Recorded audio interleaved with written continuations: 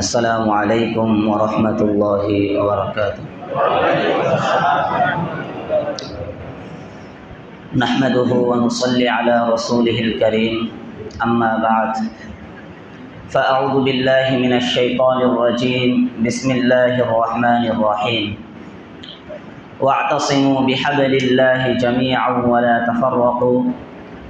وقال تعالى في آية أخرى: إن الحكم إلا لله أمر ألا تعبدوا إلا إياه ذلك الدين القيم ولكن أكثر الناس لا يعلمون.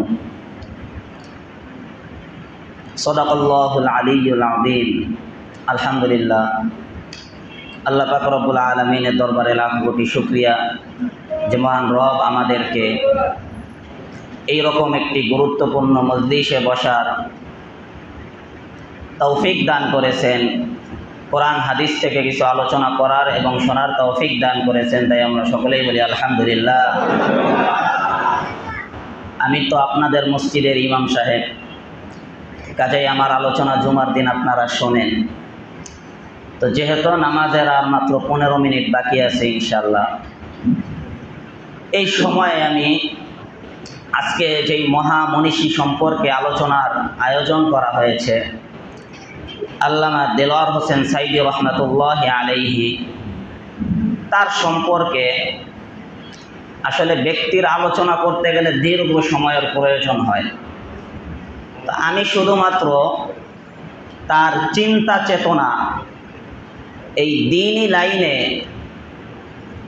কি উদ্দেশ্যে তিনি এত জুলুম স্বীকার করলেন, কি উদ্দেশ্যে তিনি কারাবরণ মেনে নিলেন, কি উদ্দেশ্যে তিনি এত ত্যাগ স্বীকার করলেন, সেই উদ্দেশ্য থেকে কিঞ্চিত আলোকপাত করার চেষ্টা করবে ইনশাআল্লাহ। আল্লামা দেলোয়ার হোসেন সাইদি রহমাতুল্লাহি আলাইহি, যিনি 1940 সালের 2 ফেব্রুয়ারি পিরোজপুর জেলায় জন্মগ্রহণ করেন এবং এই 2023 সালের 14ই আগস্ট 84 বছর বয়সে তিনি ইন্তেকাল করেন। আল্লামা দেলোয়ার হোসেন সাইদি রহমাতুল্লাহি আলাইহি তার এই দীর্ঘ 84 বছর জীবনের মধ্যে তিনি ইসলামের জন্য যেই সকল কাজগুলি করে গেছেন, তার মতো এই রকম ব্যক্তিত্ব এই বাংলাদেশের মধ্যে পাওয়া বিরল, ঠিক কিনা বলে? তিনি কি কাজ করেছেন?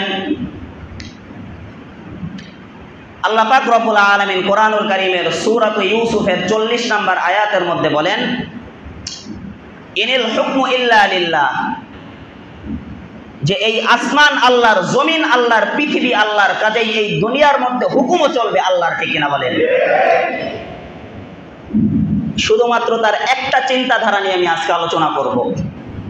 তো তার এই 84 বছর জিন্দেগিতে যখন তার অধ্যাপনার লেখাপড়ার জিন্দেগি তিনি শেষ করলেন, কোরআনের জ্ঞান আহরণ করলেন, হাদিসের জ্ঞান আহরণ করলেন, যখন তিনি এই কোরআনের আয়াত করলেন যে জমিন আল্লাহর, আসমান আল্লাহর, এই পৃথিবী আল্লাহর, সুতরাং এই দুনিয়ার মধ্যে হুকুমও চলবে আল্লাহর, কাজেই আমার আমৃত্যু যতদিন জীবন থাকে এই বিধানকে আমি বাস্তবায়ন করার জন্য চেষ্টা করে যাব, ঠিক কিনা বলেন?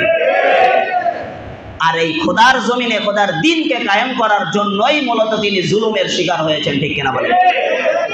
তিনি 1996 সালে সর্বপ্রথম তিনি নির্বাচনে জয়ী হয়ে পার্লামেন্টে যান। এরপরে 2001 সালে দ্বিতীয়বার তিনি জয়লাভ করে দ্বিতীয়বারের মতো পার্লামেন্টে যান। আর এই আল্লামা দেলোয়ার হোসেন সাইদি রহমাতুল্লাহি আলাইহি এই পার্লামেন্টে গিয়ে তার এই স্পষ্ট সুন্দর বক্তব্যের মাধ্যমে কোরআন হাদিসের বক্তব্যগুলো যেইভাবে তিনি এই পার্লামেন্টে তুলে ধরেছেন, এই স্বাধীনতার 50 বছর পার হওয়ার পরেও কোনো এমপি মন্ত্রী এই রকম ভাবে ইসলামের বিষয়গুলো পার্লামেন্টে তুলে ধরতে পারে নাই, ঠিক কিনা বলেন? মুহতারাম হাজিরিন, আল্লামা দেলোয়ার হোসেন সাইদি রহমাতুল্লাহি আলাইহিকে কি মামলা দেওয়া হয়? তিনি নাকি যুদ্ধাপরাধী ছিলেন। কি ছিলেন? যুদ্ধাপরাধী ছিলেন। নাউজুবিল্লাহ বলেন। তিনি নাকি ধর্ষক ছিলেন। নাউজুবিল্লাহ বলেন। শুধুমাত্র তার সম্পর্কেই যে এই বিষয়টা এই রকম না, বরং যারাই ইনিল হুকমু ইল্লা লিল্লাহ খোদার জমিনে খোদার দ্বীনকে বাস্তবায়ন করার চেষ্টা করেছে, যখনই তাগুতি শক্তির বিরুদ্ধে তারা নিজেদের বলিষ্ঠ কণ্ঠকে জাগ্রত করেছেন, তখনই এই তাগুতি শক্তি এই সকল হকপন্থী ওলামায়ে কেরামকে তাদের উপর মিথ্যার ট্যাগ লাগিয়ে, মিথ্যা মামলা দিয়ে, তার বিরুদ্ধে কথা বললেই রাজাকারের টোকমা লাগিয়ে, ধর্ষকের টোকমা লাগিয়ে অসংখ্য ওলামায়ে কেরামকে এই কারাগারের মধ্যে বন্দী করেছে। ঠিক কিনা বলেন? মুহতারাম হাজিরিন, স্বাধীনতার 50 বছর পার হলেও আমরা আমাদের এই বাক স্বাধীনতা পাই নাই। ঠিক কিনা বলেন? দেশের সম্পদ চুরি করা হতো, জিনা করা হতো, দেশের সম্পদ বাহিরে পাচার করা হতো, রাসূলের নামে অবমাননা করা হলে তার আইন সংসদে বাস্তবায়ন করা হতো না, ইসলামের বিরুদ্ধে এই দেশের মধ্যে কাজ করা হতো।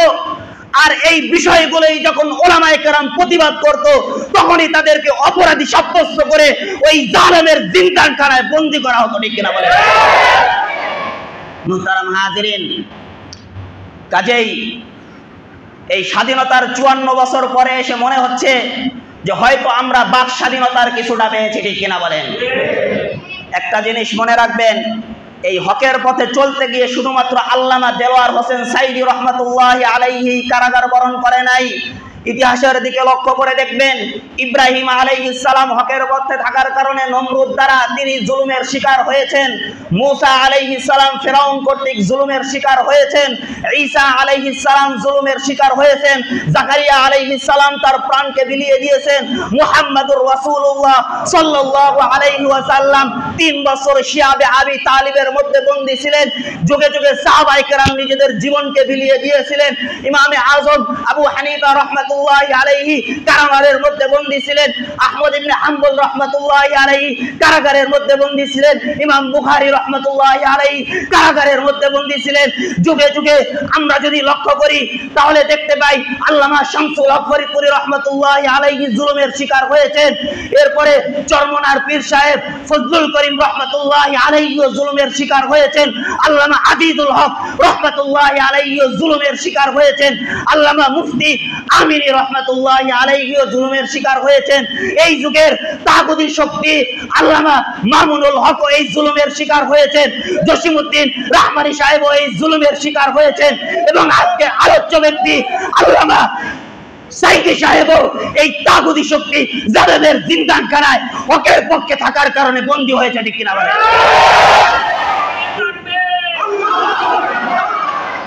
মুহতারাম হাজিরিন, কাজেই যুগে যুগে কারাবরণ করা এটা নতুন কোনো ইতিহাস নয়। ঠিক কিনা বলেন? ইউসুফ আলাইহিস সালাম 7 বছর কারাগারের মধ্যে বন্দী ছিলেন।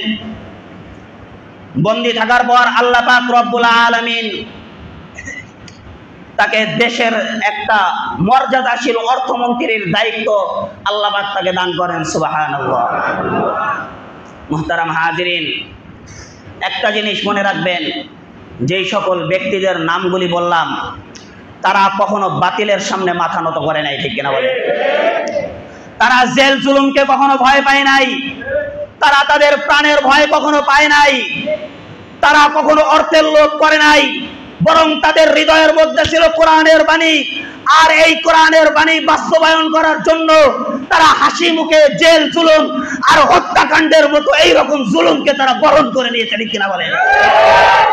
মুহতারাম হাজিরিন, কাজেই আমি বলতে চাই যে আমাদের এই সকল আকাবিরিনে কেরাম তারা এই ইসলামকে খোদার জমিনে বাস্তবায়ন করার জন্য যেই রকম ত্যাগ স্বীকার করেছেন, আমরাও যদি চাই আগামীর বাংলাদেশ একটি শোষণ মুক্ত জুলুম মুক্ত বাংলাদেশ হিসেবে পরিণত করতে, তাহলে তন্ত্র মন্ত্র সবকিছু বাদ দিয়ে খেলাফত আলা হাদিহিন নবুওয়া আমাদের আকাবিরগণ যেই সুন্নতে নববী খেলাফতকে বাস্তবায়ন করার মিশন নিয়ে কারাবরণ করেছিলেন, নিজেদের জীবনকে মিলিয়ে দিয়েছিলেন।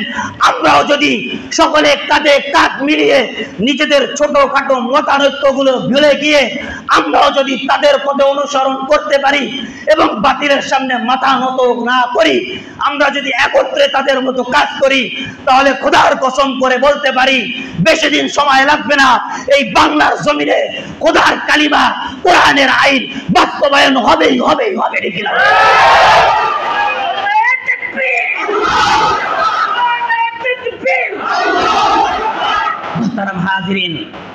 কাজেই এখন আমাদের যেই মূল কাজটা সেটা হলো কে আলিয়া, কে কওমিয়া, কে জামাত, কে কওমি, কে সুন্নি, কে ওয়াহাবি, এই ছোটখাটো মত পার্থক্যগুলো ভুলে গিয়ে সবাইকে আল্লাহ পাক কোরআনুল কারীমের মধ্যে যেই শিক্ষা দিয়েছেন, ওয়াতাসিমু বিহাবিলিল্লাহি জামিআ, তোমরা সকলে আল্লাহর রশি অর্থাৎ কোরআনকে মজবুতভাবে আঁকড়ে ধরো।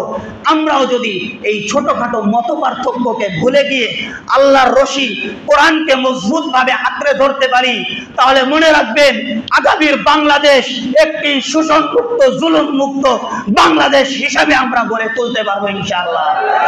রাজি আছি তো ইনশাআল্লাহ? আল্লাহ পাক আগামীর বাংলাদেশ কোরআনের বাংলাদেশ হিসেবে গড়ে তোলার তৌফিক দান করুন এবং সেই পথের সৈনিক হিসেবে আল্লাহ পাক আমাদের সবাইকে কবুল করুন। ওয়া আখির দাওয়ানা আলহামদুলিল্লাহি রাব্বিল আলামিন।